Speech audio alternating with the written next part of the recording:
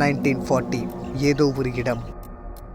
விக்யூன்னு ஒரு அப்பார்ட்மெண்ட் நடுக்காட்டுக்குள்ளே இருக்குது. அந்த அப்பார்ட்மெண்ட் ரூம் நம்பர் 7 இருந்து திடீர்னு ஒரு ஃபயர் ஆக்சிடெண்ட் நடக்குது. அப்போது அந்த விக்யூ அப்பார்ட்மெண்ட்டில் குடியிருக்கிறவங்க எல்லாருமே வெளியே வந்துடுறாங்க. வந்துட்டு எல்லாருமே விக்யூ அப்பார்ட்மெண்ட் மேலே பார்க்குறாங்க. அங்கே ரூம் நம்பர் 7 தான் அந்த ஃபயர் ஆக்சிடெண்ட்டே நடந்திருக்கு. அப்போது வில்லியம்னு ஒரு நபர் ரூம் நம்பர் 6 குடியிருக்காரு. அவர் என்ன பண்ணுறாருனா ரூம் நம்பர் 7 ஃபயர் ஆக்சிடெண்ட்டை பார்த்ததும் உடனே ஃபயர் டிபார்ட்மெண்ட்டுக்கு ஃபோன் பண்ணுறாரு. அப்போது ஃபயர் டிபார்ட்மெண்ட்டில் வேலை பார்க்குற ஒருத்தர் ஃபோனை எடுத்து ஹலோ அப்படின்னு பேசுகிறாரு. அப்போது வில்லியம் ஹலோ ஃபயர் டிபார்ட்மெண்ட்டா அப்படின்னு கேட்கவும் ஒர்க் பண்ணுற ஆள் சொல்கிறாரு, ஆமாங்க இது ஃபயர் டிபார்ட்மெண்ட் தான், நீங்கள் யார் சார் அப்படின்னு கேட்கவும் அதுக்கு வில்லியம் சொல்கிறாரு, சார் இங்கே விக்யூ அப்பார்ட்மெண்ட்டில் ரூம் நம்பர் 7 ஒரு ஃபயர் ஆக்சிடென்ட் நடந்திருக்கு. தாயும் குழந்தையும் அந்த ரூமில் மாட்டிக்கிட்டாங்க, ப்ளீஸ் சார் உடனே வாங்க சார் அப்படின்னு வில்லியம் சொல்லவும் அதை கேட்ட அந்த ஃபயர் டிபார்ட்மெண்ட் ஆள் ஓகே நான் பேக்கப் அனுப்புகிறேன், நீங்கள் உடனே போலீஸ்க்கு கால் பண்ணுங்கள் அப்படின்னு சொல்லிட்டு ஃபோனை கட் பண்ணுறாரு. அப்போ ஃபயர் டிபார்ட்மெண்ட்லேருந்து ஒரு வேன் வெளியே போகுது. அப்போது வில்லியம் ஃபோன் பண்ண 10வது நிமிஷத்துலேயே 3 போலீஸ்கார் விக்யூ அப்பார்ட்மெண்ட் வாசலில் வந்து நிற்கிது. அப்போது அந்த 3 கார்லேருந்து 6 போலீஸ் ஆஃபீஸர்ஸ் கீழே இறங்குறாங்க. அப்போது சாம்னு ஒரு போலீஸ் ஆஃபீஸர் இங்கே வில்லியம்னு யார் அப்படின்னு கேட்குறாரு. அப்போது வில்லியம் சார் நான் தான் சார் உங்களுக்கு ஃபோன் பண்ணேன், அங்கே பாருங்கள் சார் ரூம் நம்பர் 7 ரொம்ப மோசமாக எரிஞ்சிக்கிட்டு இருக்கு அப்படின்னு சொல்லவும் சாம் அந்த ரூம் நம்பர் 7 பார்த்துட்டு ஓ மை காட் ஜெஸ்ஸி அவங்களோட குழந்தைய அப்பார்ட்மெண்ட்டில் மாட்டிக்கிட்டாங்க போல. அப்போது சாம் வில்லியம்மை பார்த்து கேட்குறான், வில்லியம் ஃபயர் டிபார்ட்மெண்ட்டுக்கு ஃபோன் பண்ணிங்களா? அதுக்கு வில்லியம் சொல்கிறாரு, சார் நான் ஃபோன் பண்ணிட்டேன் சார், இன்னும் ஃபயர் டிபார்ட்மெண்ட்டு வரல, என்ன பண்ணுறதுன்னே தெரியல சார் அப்படின்னு சொல்லவும் அதை கேட்ட சாம் தலையில் கையை வச்சுக்கிட்டு சீக்கிரம் சீக்கிரம் சீக்கிரம் வாங்க அப்படின்னு சொல்லிட்டு சாமும் அவர் கூட வந்த 5 போலீஸ் ஆஃபீஸர்ஸும் சாம் கூட சேர்ந்து ஓடுறாங்க. அப்படி ஓடிக்கிட்டே அந்த விக்யூ அப்பார்ட்மெண்ட்டோட மாடிப்படியில் ஏறி அந்த ரூம் நம்பர் 7க்கு போகிறாங்க. ரூம் நம்பர் 7 கிட்ட அந்த 6 போலீஸ் ஆஃபீஸர்ஸ் வந்துடுறாங்க. அப்போ சாம் அந்த ரூம் நம்பர் 7 கதவை தட்டி மேம் நான் பேசுறது கேட்குதா, ப்ளீஸ் கதவை திறங்க அப்படின்னு சொல்லி அந்த ரூம் நம்பர் 7 கதவை தட்டிக்கிட்டே இருக்கான். ஆனால் அந்த கதவை யாருமே திறக்கவே இல்லை.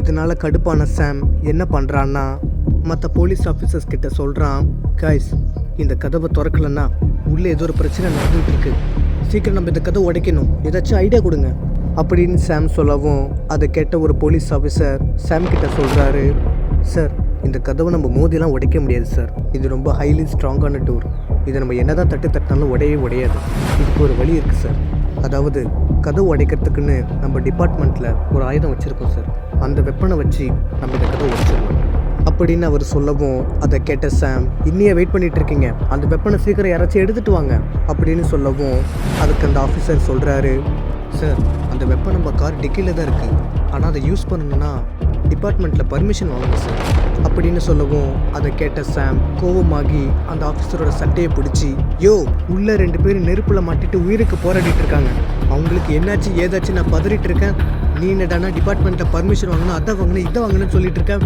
மூடிட்டு போய் எடுத்துருவாங்க அப்படின்னு சாம் சொல்லவும் அதை கேட்ட அந்த போலீஸ் ஆஃபீஸர் அந்த வெப்பன் எடுக்கிறதுக்காக படிக்கட்டு வழியாக கீழே போகிறாரு. அப்போது சாம் என்ன பண்ணுறான்னா அந்த ரூம் நம்பர் 7 கதவை தட்டிக்கிட்டே ஜெஸ்ஸி நான் கூப்பிட்றது உங்களுக்கு கேட்குதா, ஜெஸ்ஸி ப்ளீஸ் கதவை திறங்க, நிலைமை ரொம்ப மோசமாக இருக்குது மேம் ப்ளீஸ் அப்படின்னு சாம் சொல்லவும் அந்த ரூம் நம்பர் 7 இருந்து எந்த ரெஸ்பான்ஸுமே வரல.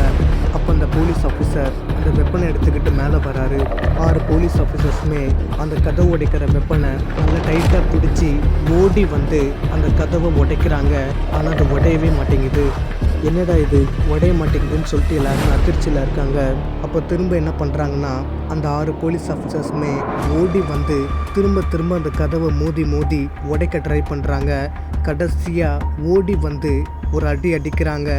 அந்த கதவு உடஞ்சிருது.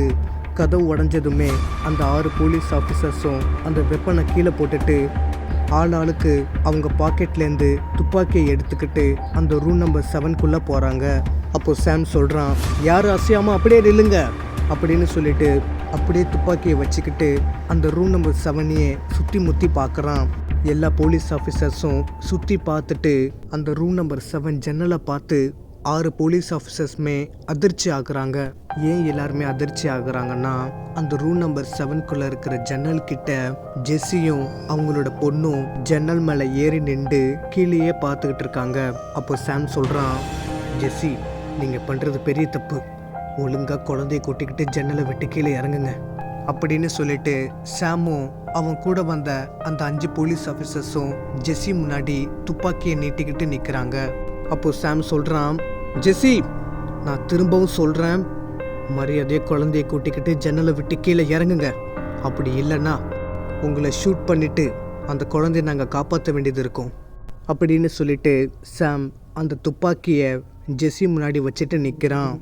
அப்போது ஜெஸ்ஸி பேசுகிறா, ஆனால் அவளோட குரல் கொஞ்சம் வித்தியாசமாக இருக்கு. என்ன மீறி நீ அந்த 2 பேரையும் காப்பாத்திருவியா அப்படின்னு ஜெஸ்ஸி பேசவும் அதை கேட்ட 5 போலீஸ் ஆஃபீஸர்ஸுமே பின்னாடி வராங்க.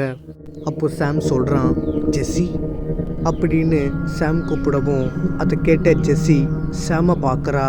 அவளோட கண்ணு எப்படி இருக்குன்னா வெள்ளை நிறத்தில் டெவிலோட சிம்பிள் அவ கருவிலில் இருக்கு. அதை பார்த்த சாம் அதிர்ச்சி ஆகுறான். அப்போ ஜெஸ்ஸி சொல்கிறா, அவங்க 2 பேரையும் காப்பாத்துற தைரியம் உனக்கு இருந்தா இந்த இடத்தை விட்டு அவங்கள கூட்டிட்டு போடா பாப்போம் அப்படின்னு ஜெஸ்ஸி சொல்லிட்டு என்ன பண்ணுறான்னா, அவளோட குழந்தை கையை பிடிச்சி ஒரு கோடா பிளேடால் கையை அறுத்துக்கிட்டு இருக்கா. அப்போ அந்த குழந்தை வழியில் அழுதுகிட்டு இருக்கு. அப்போ சாம் சொல்கிறான், ஜெஸ்ஸி ப்ளீஸ் வேணாம், அந்த குழந்தை என்ன பாவம் பண்ணுச்சு, ப்ளீஸ் அந்த குழந்தைய விட்டுரு அப்படின்னு சொல்லவும் அதுக்கு ஜெஸ்ஸி சொல்கிறா, இடத்தை விட்டு எல்லாரும் போங்க. அதுக்கு சாம் சொல்கிறான், என்னால் போக முடியாது, அவங்க 2 பேரையும் காப்பாற்றாம நான் இங்கேருந்து போக மாட்டேன் அப்படின்னு சொல்லவும் அதை கேட்ட ஜெஸ்ஸி முறைச்சிக்கிட்டு சாமையே பார்த்துக்கிட்டு இருக்கா. அப்போ திடீர்னு வானத்திலேருந்து ஒரு இடி வந்து வீக்யூ அப்பார்ட்மெண்ட்டு மேலே விழுகுது. அப்படி விழுந்ததில் ஊரில் இருக்கிற எல்லா காகங்களுமே பறந்து வந்து வீக்யூ அப்பார்ட்மெண்ட்டையே சுற்றிக்கிட்டு இருக்கு. அப்போது ஒரு போலீஸ் ஆஃபீஸர் சாம் கிட்ட சொல்கிறாரு, சார் இங்கே என்ன சார் நடக்குது, எனக்கு ரொம்ப பயமாக இருக்குது சார் அப்படின்னு சொல்லவும் அதை கேட்ட சாம், யாரும் பயப்படாதீங்க, இங்கே நடக்கிறதெல்லாம் உங்ககிட்ட எக்ஸ்பிளைன் பண்ணிட்டு இருக்கேன், எனக்கு டைம் இல்லை. ஜெஸ்ஸி வேணாம், இப்படி பண்ணுறது சரியில்லை, கீழே வந்துருங்க. அதை கேட்ட ஜெஸ்ஸி முறைச்சிக்கிட்டு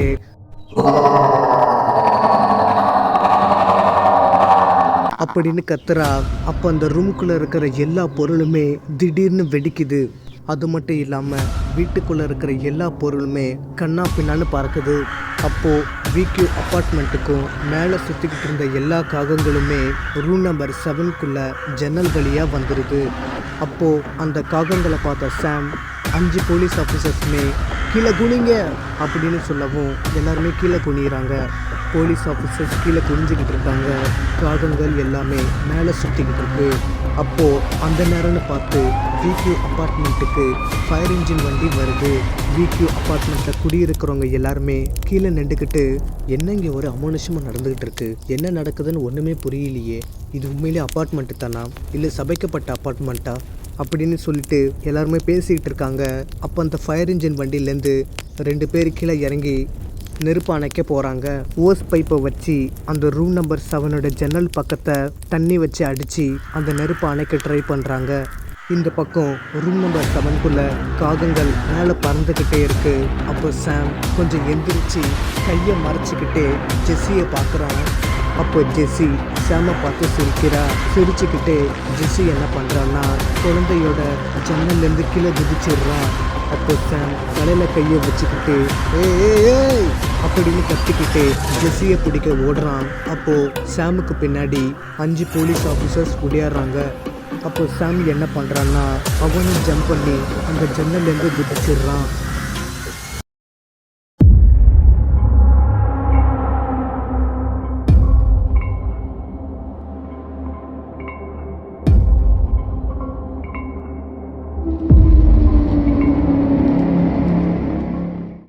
நாற்பத்தி 5 வருடங்களுக்கு பிறகு 1985 லாஸ் ஏஞ்சல்ஸில் ஏதோ ஒரு இடம்.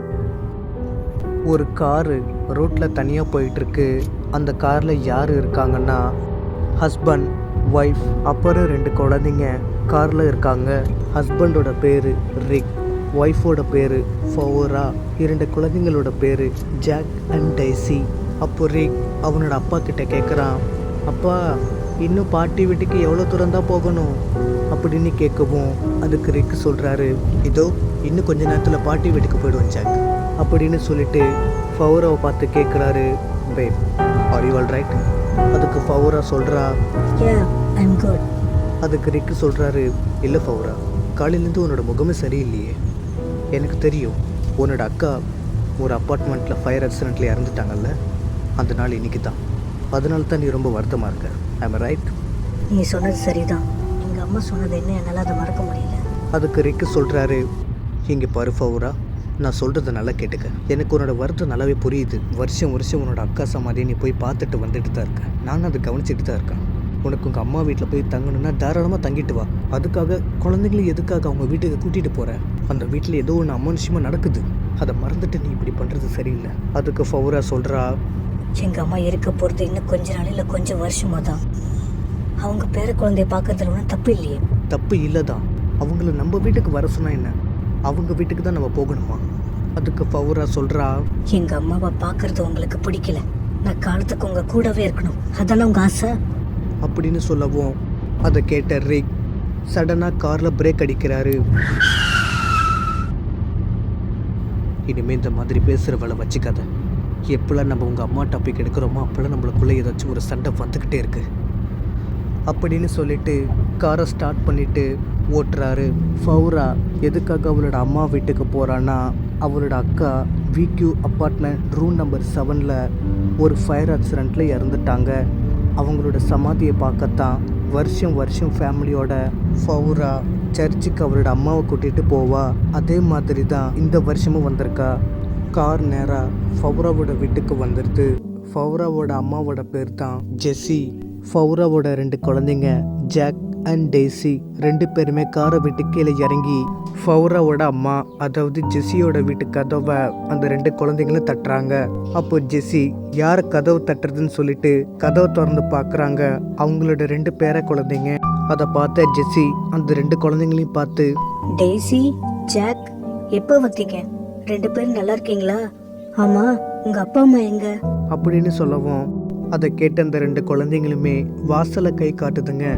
ரிக் அண்ட் ஃபவுரா 2 பேருமே காரில் உட்காந்துருக்காங்க. அப்போது ஃபவுரா சொல்கிறா, ரிக், அம்மா நம்மளை தான் பார்க்குறாங்க. எங்கள் அம்மாக்காக வர வேணாம், எனக்காக தயவு செஞ்சு உள்ளே வாங்க ப்ளீஸ் அப்படின்னு ஃபவுரா கெஞ்சி கேட்கவும், அப்போ ரிக் கார் கதவை திறந்து ஃபவுரா கூட சேர்ந்து 2 பேருமே வீட்டுக்குள்ளே போகிறாங்க. அப்போது ஃபவுராவோட அம்மா ஜெஸ்ஸி ரிக்கை பார்த்து கேட்குறாங்க, ரிக் எப்படி இருக்கீங்க அப்படின்னு கேட்கவும் ரிக் எதுவுமே பேசாமல் அவன் பாட்டுக்கு ரூம்குள்ளே போகிறான்.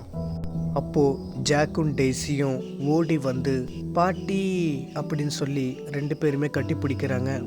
சோகமாக இருந்த ஜெஸ்ஸி சந்தோஷப்பட்டு ஜாக் அண்ட் டெய்ஸி கிட்ட கேட்குறாங்க, என்ன குழந்தைங்களா, சாப்பிட்டீங்களா நீங்கள் 2 பேரும் அப்படின்னு கேட்கவும் அதுக்கு ஜாக் அண்ட் டெய்ஸி சொல்கிறாங்க, இல்லை பாட்டி, நாங்கள் சாப்பிடவே இல்லை. அப்போது ஃபவுரா சொல்கிறா, குழந்தைங்களா, பாட்டியை தொந்தரவு பண்ணாதீங்க. உங்களுக்காக சாக்கோஸ் ஒரு பாக்ஸ் வாங்கி வச்சிருக்கேன், போய் பால் ஊற்றி சாப்பிட்டு சமத்தா தூங்குங்க போங்க அப்படின்னு ஃபவுரா சொல்லவும் அதை கேட்ட ஜாக் அண்ட் டெய்ஸி, ஐ சாக்கோஸ் வாங்கி வச்சிருக்கீங்களா அப்படின்னு சொல்லிட்டு அந்த 2 குழந்தைங்களுமே ஓடி ரூம்குள்ளே போகிறாங்க. அப்போ ஃபவுரா அவளோட அம்மாட்ட சொல்கிறா, நீங்கள் ஏன் நிற்கிறீங்க, போய் உட்காருங்க, நான் உங்களுக்காக காஃபி போட்டு கொண்டு வரேன் அப்படின்னு சொல்லிட்டு கிச்சனுக்கு போகிறா. அப்போ ஜெஸ்ஸி கூடத்தில் இருக்கிற டேபிள் சேரில் போய் உட்காடுறாங்க. அப்படித்தான் ஜெஸ்ஸி கொஞ்சம் சோகமாக உட்காந்துட்டு இருக்காங்க. அப்போது எதர்ச்சியாக மியாவோட ஃபோட்டோலேருந்து திடீர்னு ஜெஸ்ஸி உட்காந்துருக்கிற டேபிளில் ஒரு சொட்டு ரத்தம் விழுகுது. அதாவது ஜெஸ்ஸியோட பொண்ணோட பேர் தான் இந்த மியா. அந்த ரத்தத்தை பார்த்து பயந்து போன ஜெஸ்ஸி அவங்களோட பொண்ணு ஃபோட்டோவை பார்க்குறாங்க. அதில் எந்த ரத்தமே இல்லை. அப்போது மியாவோட ஃபோட்டோவை பார்த்ததும் ஜெஸ்ஸிக்கு அந்த விக்யூ அப்பார்ட்மெண்ட்டில் நடந்த ஃபயர் ஆக்சிடென்ட் சம்பவம் ஞாபகத்துக்கு வருது. மியாவோட ஃபோட்டோவை அதையே கொஞ்ச நேரம் பார்த்துக்கிட்டு இருக்காங்க. அப்போது திடீர்னு ஜெஸ்ஸியோட தோளில் யாரோ கை வைக்கிறாங்க. அப்போது அந்த கை பார்க்க எப்படி இருக்குன்னா ரொம்ப பயங்கரமாக இருக்குது. ஜெஸ்ஸி திடீர்னு திரும்பி பார்க்குறாங்க. ஜெஸ்ஸியோட பொண்ணு தான் ஒரு கை ஜெஸி தோளில் இருக்குது, இன்னொரு கையில் 2 காஃபி கப் பிளேட் இருக்குது. அப்போ ஃபவுரா காஃபி கப்பை டேபிளில் வச்சுட்டு உட்காந்து பேசுகிறா. என்னம்மா ஆச்சு? அக்காவோட ஃபோட்டோவை பார்த்ததும் உங்களுக்கு அக்காவோட ஞாபகம் வந்துருச்சா? அப்படின்னு கேட்கவும் அதுக்கு ஜெஸி சொல்கிறாங்க, ஆமாம் ஃபவுரா, மியாவை நான் ரொம்ப மிஸ் பண்ணுறேன். இன்னைக்கு மியாவோட 45வது நினைவு நாள். அப்படின்னு சொல்லி அழுக ஆரம்பிக்கிறாங்க. அப்போது ஜெஸ்ஸியோட கண்ணை தொடச்சிட்டு ஃபவுரா சொல்கிறா, அம்மா அழாதீங்க. அக்கா நம்மளை விட்டு போனது நம்ம எல்லாருக்கும் வருத்தமாக தான் இருக்கும். அக்கா இறந்ததுக்கப்புறம் அனாதை ஆசிரமத்திலேருந்து நீங்கள் என்னை தத்தெடுத்தீங்க. நீங்கள் பெத்த பொண்ணு நான் இல்லைனாலும் என்னை உங்கள் சொந்த பொண்ணு மாதிரி வளர்த்தீங்க. அக்கா மேலே உள்ள எல்லா பாசத்தையும் என் மேலே நீங்கள் காட்டினீங்க. தயவு செஞ்சு நீங்கள் அழாதீங்கம்மா. நீங்கள் அழுதீங்கன்னா அக்காவோட ஆவிக்கு ரொம்ப வருத்தமாக இருக்கும் அப்படின்னு சொல்லி சமாதானப்படுத்துகிறா. அப்போது கண்ணை தொடச்சிட்டு ஜெஸ்ஸி சொல்கிறாங்க, உனக்கு மியா பற்றி என்னம்மா தெரியும்?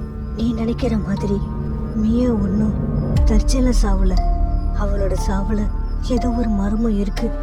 அந்த மர்மம் விக்யூ அப்பார்ட்மெண்ட்ல தான் இருக்கு அப்படின்னு சொல்லவும் அதை கேட்ட ஃபவுரா அதிர்ச்சி ஆகுறா.